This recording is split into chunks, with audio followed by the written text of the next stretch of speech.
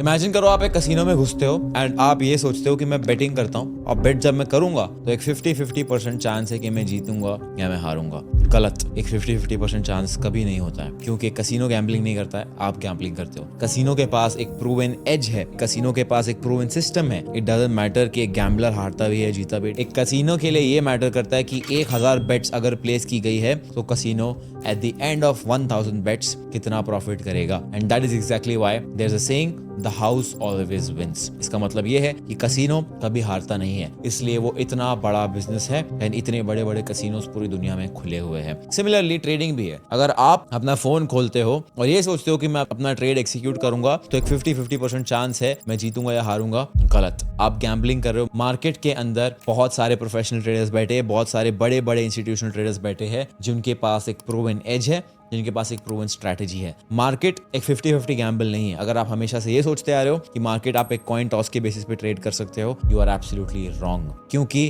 कभी भी एक प्रोफेशनल ट्रेडर जब ट्रेडिंग करता है तो उसका एज ट्राइड होता है, टेस्टेड होता है और प्रूवन होता है। एक professional trader does not care कि वो कितना विन कर रहा है, कितना लूज कर रहा है, क्योंकि एक प्रोफेशनल ट्रेडर को ये पता होता है कि over the period of 10 trades और over the period of 100 trades और 1000 ट्रेड्स एक प्रोफेशनल ट्रेडर को पता है कि उसकी एज कितना ज्यादा प्ले आउट करेगी, कितना परसेंटेज विन रेट देगी और कितना परसेंटेज रिजल्ट्स देगी और रिस्क रिवॉर्ड रेशियो देगी। And this is exactly where एक बिगिनर और एक प्रोफेशनल के बीच में कितना बड़ा डिफरेंस होता है। अब सबसे बड़ा प्रॉब्लम ये है कि जब एक बिगिनर ट्रेडिंग शुरू करता है तो उसे तो पता ही नहीं होता है कि एज क्या होता है, उसे पता ही नहीं होता है रिस्क रिवॉर्ड रेशियो क्या होता है, उसे पता ही नहीं होता है कि टाइम विंडोज और लिक्विडिटी क्या होता है, जिसकी वजह से एक बिगिनर ट्रेडर कभी अपनी एज फॉर्म नहीं कर पाता है। अगर आप ये सोच रहे हो कि मैं ट्रेडिंग शुरू करूंगा और मैं चार्ट पैटर्न सीख लूंगा और मुझे एक एज मिल जाएगी, that is not an edge, that is just textbook definition of you understanding कि ठीक है मार्केट में मैं ऐसा करूंगा तो ऐसा होगा। ऐसा कितनी बार हुआ है कि आपने एक चार्ट पैटर्न मार्केट में देखा है और आपने उस चार्ट पैटर्न को फेल होते हुए देखा है, क्योंकि that is not an as.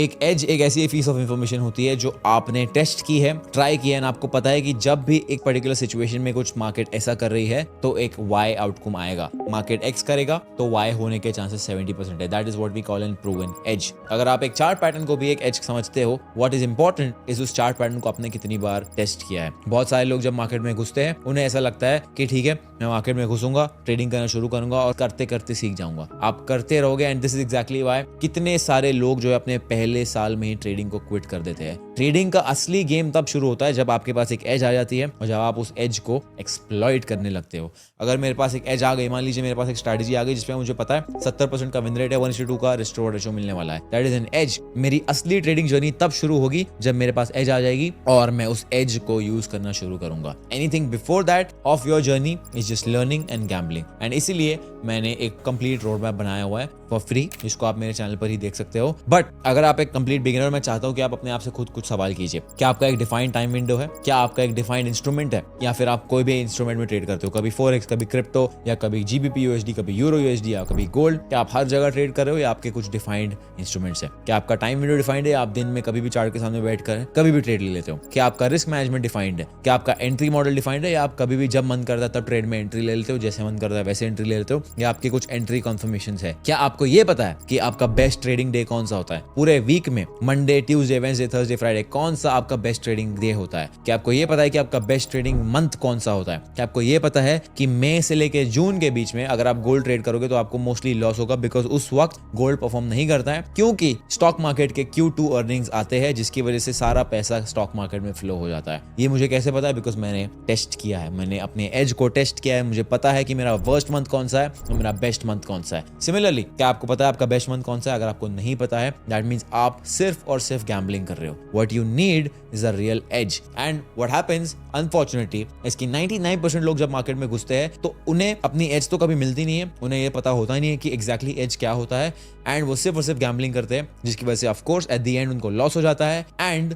90% of the people एक साल से ज्यादा मार्केट में टिक नहीं पाते हैं। एंड ऑफ कोर्स आप टिक नहीं पाओगे तो प्रॉफिटेबल ट्रेडर तो कैसे ही बन पाओगे? And that is exactly why आज इस वीडियो में मैं आपको ये समझा रहा हूँ कि एज होना कितना ज्यादा जरूरी है एंड कितना ज्यादा इंपॉर्टेंट है। जो भी सवाल मैंने आज आपसे किया है, ask yourself again and find the answers. आपको अगर जवाब मिल गए, then all you have to do is go and test your edge and then start using it and तब जाके आपका असली ट्रेडिंग जर्नी शुरू होगा। Your next step should be to actually understand how to read liquidity, how to read charts, how to read price action. And of course, that is a very lengthy process. मुझे almost 2 से 3 साल लग गए सारी चीजें सीखने के लिए. And if you're somebody who's very serious about their journey, who wants to get started off, then I have a complete 43 lecture course on all the concepts that you need with practical applications in one place. And of course, if you're interested, you can go to my link in bio and you'll find the link of that course in the description of this particular video. आपको ये तो समझ में आ गया कि आप beginners गलती करते क्या है, लेकिन प्रोफेशनल्स क्या करते हैं? प्रोफेशनल्स के बाद एक रूल बुक होता है, एक प्ले बुक होता है और एक बैक टेस्टेड सिस्टम डेटा होता है। बैक टेस्टिंग के बारे में तो मैंने आपको बता दिया है, बट जो रूल बुक होता है वो बहुत इंपॉर्टेंट होता है। रूल बुक एक ऐसी चीज है,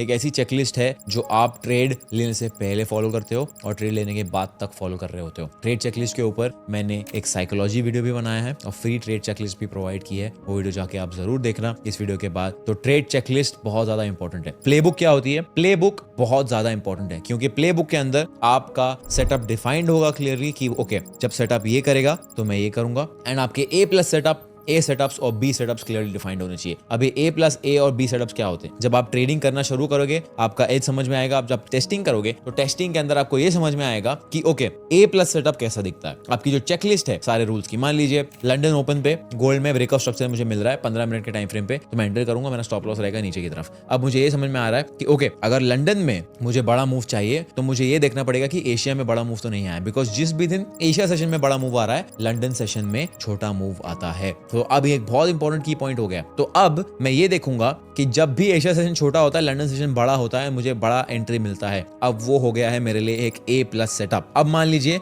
एशिया सेशन ने मीडियम मूव दिया है तो वो मेरे लिए हो जाएगा ए सेटअप, बाकी सारी चीजें अगर टिक ऑफ हो रही है तो। बट अगर एशिया सेशन ने बहुत बड़ा मूव दिया है, वो मेरे लिए बन जाएगा बी सेटअप, क्योंकि मेरा ऑब्जर्वेशन और मेरा एज और जो मेरा टेस्ट है वो मुझे ये समझाता है कि भाई जब भी एशिया सेशन बड़ा मूव दे रहा है, मेरे को लंदन सेशन में छोटा मूव आता है। And that is exactly why it is so important for you to have your playbook and आपके सारे सेटअप्स जो है क्लियरली डिफाइंड होने चाहिए। अब अगेन ये कब होगा? जब आप एटलीस्ट 100 से 200 ट्रेड्स को बैक टेस्ट करोगे। जब आप ऑटोमेटिकली 100 से 200 ट्रेड्स को बैक टेस्ट करोगे, आपको ऑटोमेटिकली समझ में आ जाएगा कि ओके, अगर मेरी स्ट्रैटेजी में 10 रूल्स है, अगर 10 में से 8 फॉलो हो रहे हैं, then maybe it is an A plus setup. अगर 10 में से 10 फॉलो हो रहे हैं, then that is a perfect A plus setup. 10 में से 8 हो रहे हैं तो ए सेटअप हो गया, और मान लीजिए 10 में से सिर्फ 6 या 7 हो रहे हैं, उसको आप कह सकते हो B setup. As a beginner मैं तो आपको ये सजेस्ट करूंगा कि सिर्फ और सिर्फ ए प्लस सेटअप लीजिए। ऑफ कोर्स ट्रेड फ्रीक्वेंसी कम होगा, ए प्लस सेटअप या ए सेटअप्स आप लोगे, that is something that I would absolutely recommend. इसके बाद आपको सिंपली क्या करना है, आपको जाके मेरा बैक टेस्टिंग का वीडियो देखना है and try to find an edge. Simply मैं ये सजेस्ट करूंगा, अगर मैं आपकी जगह होता